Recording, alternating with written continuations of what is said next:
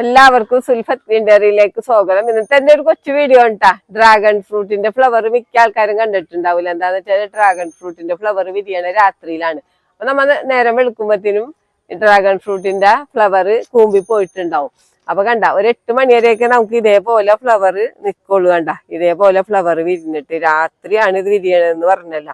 പിന്നെ ഡ്രാഗൺ ഫ്രൂട്ടിന്റെ എന്ന് പറഞ്ഞാൽ ഇതിന്റെ തണ്ടുമ്മലാണ് കണ്ട കായ ഉണ്ടാകണത്. തണ്ടിന്റെ അറ്റത്താണ് കായ ഉണ്ടായേക്കണത്. നമ്മിപ്പോ ഈ ഫ്ലവർ വിരിഞ്ഞ് കറക്റ്റ് 28ാം ദിവസം നമുക്ക് വിളവെടുക്കാൻ പറ്റിയ ഒരു ഫ്രൂട്ടാണ്. ഏറ്റവും ചുരുങ്ങിയ ഒരു ടൈം മതി നമുക്ക് ഡ്രാഗൺ ഫ്രൂട്ട് വിളവെടുക്കാനായിട്ട്.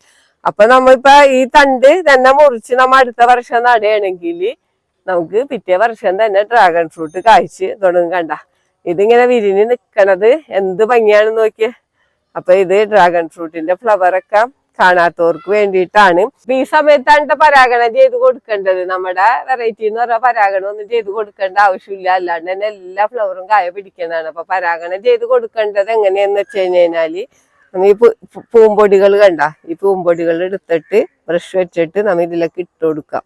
അങ്ങനെ നമ്മ പരാഗണം ചെയ്ത് കൊടുക്കേണ്ടത്. നിറച്ച് പൂമ്പൊടി ആയിരിക്കുള്ളൂ കണ്ട. അപ്പൊ നമ്മ വിരിഞ്ഞ് കഴിഞ്ഞ് ഇപ്പൊ നിങ്ങൾ ചെയ്യണം എന്നുണ്ടെങ്കിൽ രാവിലെ ഒന്നില് രാത്രി ചെയ്ത് കൊടുക്കണം. അല്ലെങ്കിൽ ഇതൊക്കെ ഫുള്ള് പൂമ്പൊടികളാണ് കണ്ട.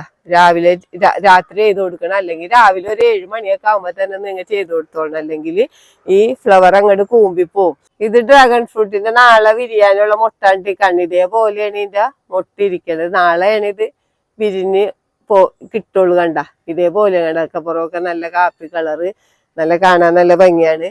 പിന്നെ ഒരുപാട് പേരാ പറയണ ഡ്രാഗൺ ഫ്രൂട്ട് ഫ്ലവർ വിരിയും കായ ഉണ്ടാകണില്ല, അത് അങ്ങോട്ട് ഉണങ്ങി പോകുന്നു ഫ്ലവർ. പക്ഷെ അതിന്റെ കാരണം എന്ന് പറഞ്ഞു കഴിഞ്ഞാല് നമ്മിപ്പോ ഈ കായ ഉണ്ടായ കമ്പ് വേണം തന്നെ നമ്മ മുറിച്ച് നടാനിട്ടാ. നമ്മ കായ്ക്കാത്ത മരത്തിന്റെ ഒക്കെ കായ്ക്കാത്ത തണ്ടൊക്കെ നമ്മ കുഴിച്ചിട്ട് കഴിഞ്ഞാൽ ഡ്രാഗൺ ഫ്രൂട്ട് ഫ്ലവർ ഉണ്ടാവുള്ളൂ, കായ പിടിക്കൂല. അപ്പൊ നിങ്ങൾ പ്രത്യേകിച്ച് ശ്രദ്ധിച്ചിട്ട് വേണം ഡ്രാഗൺ ഫ്രൂട്ട് നടാനായിട്ട്. കാരണം ഒരു 35 വർഷമൊക്കെ നിക്കണ ഒരു ഫ്രൂട്ടാണ് ഈ ഡ്രാഗൺ ഫ്രൂട്ട്.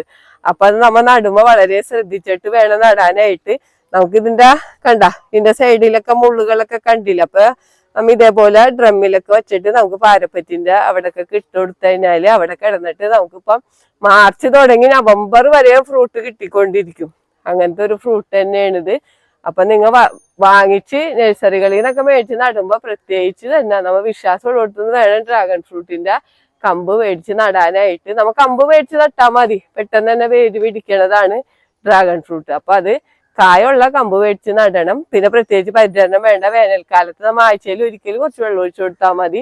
എന്തെങ്കിലുമൊക്കെ ജൈവവളം നമുക്ക് വീട്ടിലുള്ള ചാണകപ്പൊടിയോ ആട്ടുംകാഷ്ടോ കോഴിവളോ അല്ലെങ്കിൽ കുറച്ച് എല്ലുപൊടിയോ കടലപ്പിണ്ണാക്ക് പൊടിച്ചതൊക്കെ ഇട്ട് കൊടുത്താൽ മതി. വേറെ പ്രത്യേകിച്ച് പരിചരണം വേണ്ട. ടെറസിലാവുമ്പോന്ന് വെച്ച് കഴിഞ്ഞാൽ ഒട്ടും തന്നെ ചെലവില്ലാണ്ട് വളർത്താൻ പറ്റിയ ഒരു ഫ്രൂട്ടാണ് ഈ ഡ്രാഗൺ ഫ്രൂട്ട്.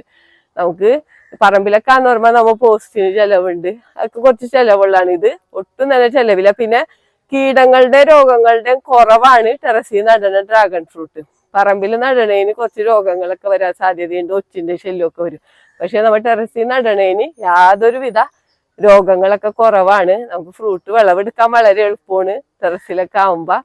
അപ്പൊ എല്ലാവരും ഡ്രാഗൺ ഫ്രൂട്ടിന്റെ കമ്പൊക്കെ മേടിച്ച് നടണം. ഡ്രാഗൺ ഫ്രൂട്ടിന്റെ തൈയും കമ്പുകളൊക്കെ ഇന്ന് നമുക്ക് മേടിക്കാൻ കിട്ടും. അപ്പൊ ഡ്രാഗൺ ഫ്രൂട്ട് പല വെറൈറ്റി ഡ്രാഗൺ ഫ്രൂട്ട് ഉണ്ട് കേട്ടോ, ഒരുപാട് വെറൈറ്റി ഉണ്ട്. നമ്മുടെ ഒരുപാട് വെറൈറ്റി ഡ്രാഗൺ ഫ്രൂട്ട് നട്ടിട്ടുണ്ട്. അപ്പൊ നടണേന്റെ വിളവെടുക്കണേന്റെ ഒക്കെ വീഡിയോ പല പ്രാവശ്യം നമ്മൾ ഇട്ടിട്ടുള്ളതാണ് ഡ്രാഗൺ ഫ്രൂട്ടിന്റെ. അപ്പൊ എല്ലാവരും ആ വീഡിയോസ് ഒക്കെ കാണാം.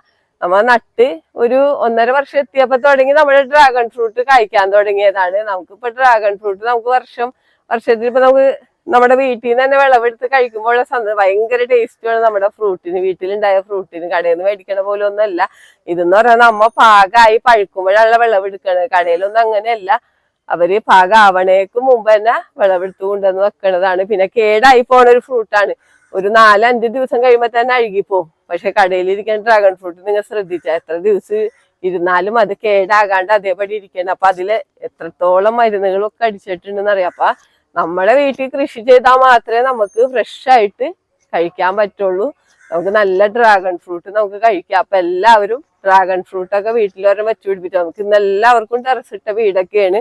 ഒരു ചെറിയ പെയിന്റിന്റെ ബക്കറ്റോ അല്ലെങ്കിൽ ഇതേപോലത്തെ ഒരു ഡ്രമ്മൊക്കെ ഉണ്ടെങ്കിൽ നമുക്ക് ഡ്രാഗൺ ഫ്രൂട്ട് നല്ല ഇത് വലിയ ചെലവൊന്നുമില്ല ഈ ഡ്രം മേടിക്കാനായിട്ട്. നമുക്ക് 80 രൂപയെ നമുക്ക് ചെലവുള്ളൂ. അപ്പൊ ആ 80 രൂപക്ക് നമുക്ക് ഒരുപാട് കൃഷി ചെയ്യാം നമുക്ക്. അപ്പൊ എല്ലാവരും ഒരു ഡ്രാഗൺ ഫ്രൂട്ട് ഒക്കെ മേടിച്ച് നട്ടോ. ഈ വീഡിയോ പറ്റി എന്തെങ്കിലും അഭിപ്രായങ്ങളോ സംശയങ്ങളോ ഉണ്ടെങ്കിൽ വീഡിയോക്ക് താഴെ കമന്റ് ചെയ്യുക. വീഡിയോ ഇഷ്ടപ്പെട്ടാൽ ലൈക്ക് ചെയ്യുക, വീഡിയോ ഇഷ്ടപ്പെട്ടാൽ ഷെയർ ചെയ്യുക.